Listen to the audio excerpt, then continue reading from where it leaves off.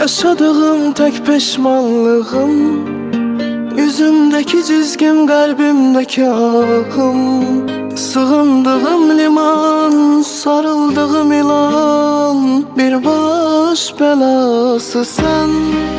Her gördüğümde acıyarak baktığım ve ahlarla arkamda bıraktığım, hayatımın en büyük hatasısan sen.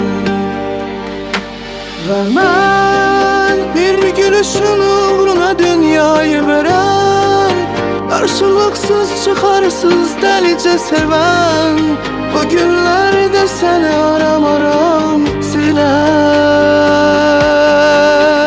Yine ben kaçırdığım belki de en büyük şansın, İlk göz ağrın hesapta yol yoldaşın, İndilerde izine az rastladığım.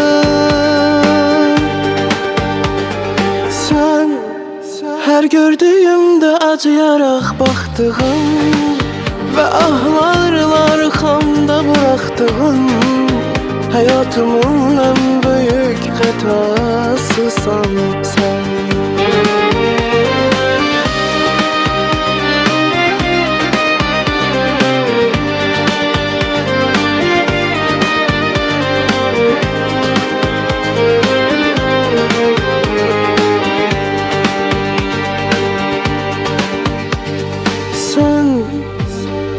Yaşadığım tek peşmanlığım, yüzümdeki çizgim, kalbimdeki ahım. Sığındığım liman, sarıldığım ilan, bir baş belası sen. Her gördüğümde acıyarak baktığım ve ahlarla arkamda bıraktığım, hayatımın en büyük hatasısan sen. Ve ben bir gülüşün uğruna dünyayı veren, karşılıksız çıkarsız delice seven, bu günlerde seni aram silen.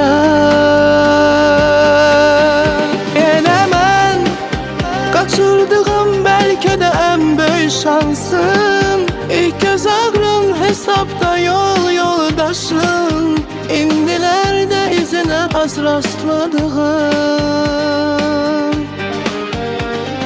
Sen her gördüğümde acıyarak baktığım ve ahlarla arkamda bıraktığım, hayatımın en büyük hatasısan sen.